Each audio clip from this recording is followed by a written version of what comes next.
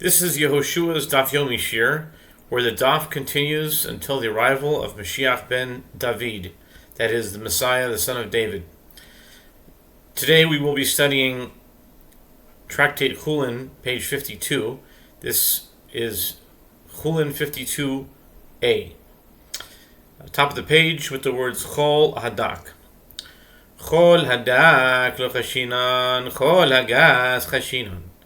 Avak drochim chashinon tibne v'yovid bizgo chashinon loy avid bizgo lo chashinon. If the bird fell on fine sand, we need not be concerned because the sand slides on impact, cushioning the fall. If it fell on coarse sand, we must be concerned because there are large stones mixed into it. If it fell on dust of the road, we must be concerned because the dust is compact and hard. If the bird fell on bundled straw, we must be concerned because it is compact and hard. If the straw was not bundled, we need not be concerned.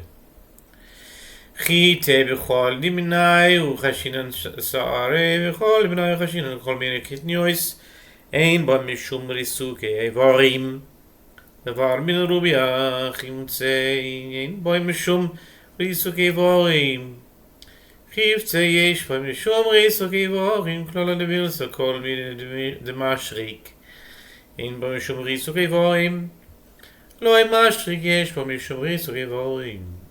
If the bird fell on wheat and all similar types of grains such as spelt or rye whose kernels are hard, we must be concerned. If it fell on barley and all similar types of grains such as oats, we must be concerned. With regard to all types of beans, there is no concern due to possible shattered limbs.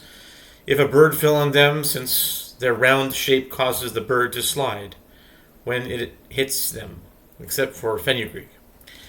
With regard to peas, there is no concern due to possible shattered limbs, but with regard to chickpeas, there is a concern due to possible shattered limbs. The principle of the matter is, with regard to anything that slips to the sides on impact, there is no concern due to possible shattered limbs, and with regard to anything that does not slip, there is a concern due to possible shattered limbs. Divok Ravashi Shori Ame Marasar V'chad Gapa Dechule Alma Lo Pligidi Shere Kibrigi Besregape Man Yasra Melech Hechinikum man di shori omar lach efshaninikum ikabe digape. If the bird's wings if the bird's wings became stuck to a davuk, whatever that is, davuk, it's a board covered with glue, set as a trap. And in trying to escape, fell on the ground while stuck to the board. Ravashi deemed the bird permitted, while Memar deemed it prohibited. The Gemara explains, in a case where only one wing was stuck to the board, everyone agrees that it is permitted because the bird flaps with the other wing, lessening the impact of the fall. They disagree when both wings are stuck to the board. The one who deemed it prohibited could have said to you, how will it stand itself up, so that it might dampen the impact? And the one who deemed it permitted could have said to you, it is possible for it to stand itself up by using the tips of its wings.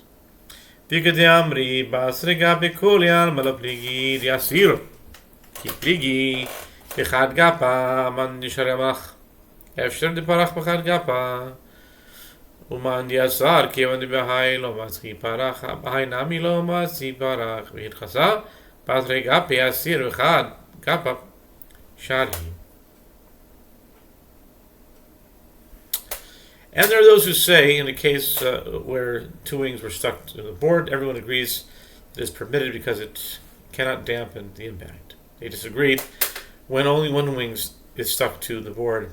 The one who deemed it permitted could have said to you, it is possible for it to fly with one wing and dampen the fall, and the one who deemed it prohibited could say, since it cannot fly with this wing that is stuck to the davuk, it also cannot fly with that untrapped wing. The The Gemara concludes, and the halacha is, in a case where two wings were stuck, it is prohibited. In a case where only one wing was stuck, it is permitted. Nish dabru rov tzaloiseo tanu rabbanon eluhein roiv atzalois sheish mikan v'yachas Israel mikan v'achas mikan. The Mishnah states that if most of an animal's ribs were fractured, it is a treifa. The sages taught these are most of the ribs, 6 from here and 6 from there, meaning 6 on each side, or 11 from here and 1 from there. 22 ribs are significant for matters of treifa, 11 on each side. 12 fractured ribs constitutes a majority. Amar Zeiri u'mechezyan klape shidra. Amar Rabba bar Chana, Amar Yochanan, Tzalois gedoylois. Yesh behen moach. Zeiri says this applies only when the ribs were fractured from the half of the rib toward the spine, but not if they were fractured on the other half. Rabbi Bar Chana says that Rabbi Yochanan says, and this applies only to fractures occurring in large ribs that contain marrow. Fractures in small ribs do not render the animal treifa. Amar Ula ben Zakkai Amar nekru barov tzad nechod. Nishtabru beroivtzen shnei tzedodin. Rabbi Yochanan Amar ben nekru ben nishtabru beroivtzen shnei tzedodin. Ula said that Ben Zakkai says if the ribs were dislocated from the spine, even a majority of one side, meaning 6 dislocated ribs, is enough to render the animal treifa. Only if the ribs were broken is majority of both sides necessary. Rabbi Yochanan says whether they were dislocated or broken, the animal is a treifa only with the majority of both sides. Amarav nekra tzela v'chuleima treifa amrile. Rav Kahana v'Ravasi l'Rav nekra tzela mikan v'tzela mikan v'chulia kayemes ma'u. Amar lehu gistra ka'am risu. Rav says if a rib was dislocated and the attached vertebrae was torn out with it, the animal is a treifa, even if the spinal cord remains intact. Rav Kahana and Ravasi said to Rav, if a rib was dislocated from here and another rib from there, meaning both ribs connected to a single vertebrae were dislocated, but the vertebrae itself remains intact, what is the halacha? Rav said to them, are you saying that an animal that was sliced in half is a treifa? This animal is considered to have been sliced and already has the status of a carcass, as it is already considered dead. See 21a. V'horav nami gistro kamau ki kamarav tzela belo chulia. The Gemara asks, but didn't Rav also say that a sliced animal is a treifa? Since he said that if a rib was dislocated along with the attached vertebrae, the animal is a treifa.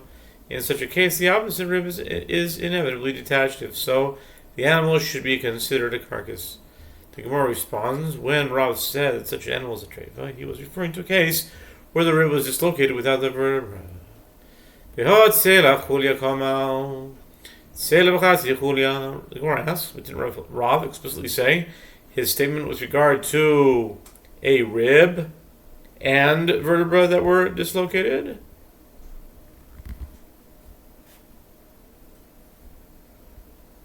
The Gemara responds, Rav meant that if a rib and half is attached vertebra were dislocated, the animal is a treifa. The opposite rib, however, is intact and connected to the remainder of the vertebra. Miklal, Rav Kahana v'Ravasi tzela chuli amri amru gistra kamrisu. V'yamaru ben Zakkai amar nekru berov tzadecha nishtabru berov shnei tzedodin. The Gemara challenges by inference. One may conclude that Rav Kahana and Ravasi stated their question with regard to a less serious case, meaning where a rib from each side was torn out without the vertebra being damaged at all. And yet Rav said to them, are you saying that an animal that was sliced in half is a treifa? Rather, this animal is a carcass and is certainly prohibited. And how could Rav say this, but didn't Ula say that Ben Zakkai says, if the ribs were dislocated, even a majority of one side is enough to render the animal treifa, while if the ribs are broken, a majority of both sides is necessary. If so, any animal with fewer than 6 dislocated ribs should be kosher as long as the spine is undamaged.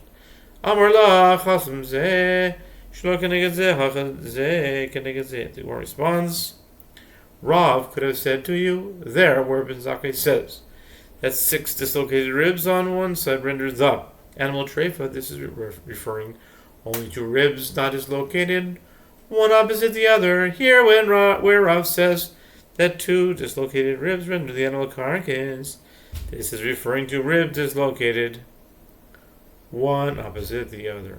Amar Rabbi Yochanan, Be'oi shnei stodin, Be'oi shnei stodin yevshar lo Chad minayu. It says chad minayu in brackets. Chada in brackets.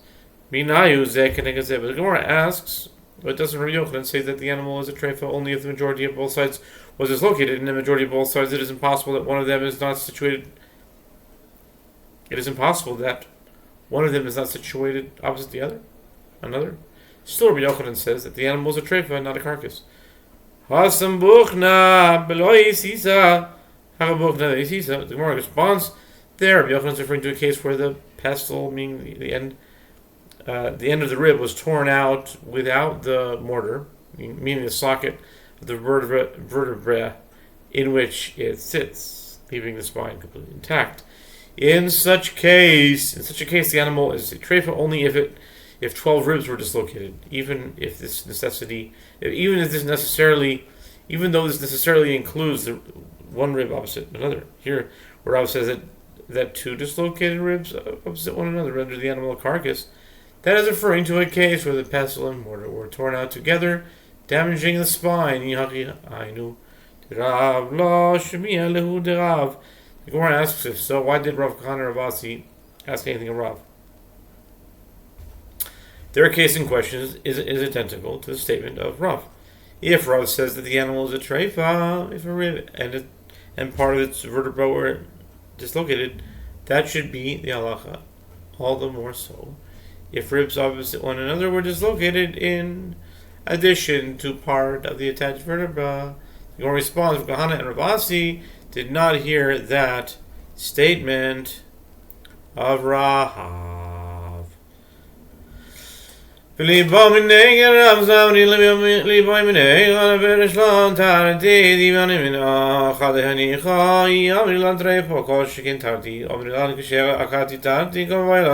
The Gemara persists, but if so, let them ask. The Gemara persists, but if so, let them ask about the simpler case of one discarded rib, like that which Rav himself discussed. Why ask specifically about 2 ribs opposite one another? The Gemara responds, they reasoned, let us ask him one question through which he will explain to us 2 different cases. As if we ask him about only one dislocated rib, this works out well. If he says to us that the animal is a treifa, because we can infer that all the more so if 2 ribs opposite one another are dislocated, the animal is a treifa. But if he says to us that it is kosher, we must still ask with regard to a case of 2 dislocated ribs. The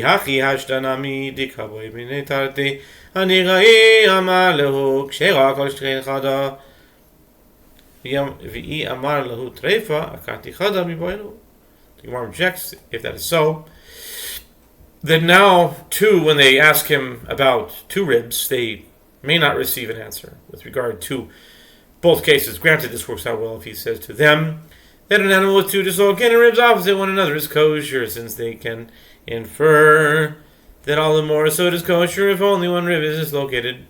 But if he says to them that it is a treifa, they must still ask with regard to a case of only one dislocated rib. Savri im ken mirtach koratach hada treifa tarti miboyim. The Gemara responds, a reason that it is better to ask about a case where 2 ribs opposite one another were dislocated, because if it is so that Rav holds that the animal is a treifa even if 1 rib is dislocated, he would not become angry and respond if an animal with even 1 dislocated rib is a treifa. Is it necessary to ask about an animal with 2 dislocated ribs? The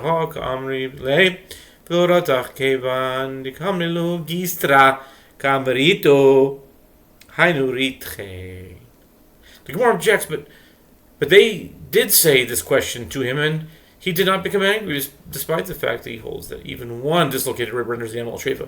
The Gemara responds when he said to them, "Are you saying that an animal was sliced in half as a treifa?"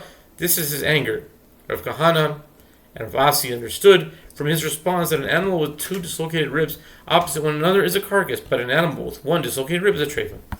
Amar Rav Bar Rav Sheila, Amar Rav Masna Rav Shmuel, Nekrotzela mi Kora v'Gulgoiles, Shenechbesa beruba ubasora choiva esroiv hakores beroi treifa. Rav Bar Rav Sheila says, the Rav Masna says that Shmuel says, if a rib was ripped from its root, or if the skull was crushed in its majority, or if the flesh that envelops the majority of the rumen was damaged in its majority, the animal is a treifa.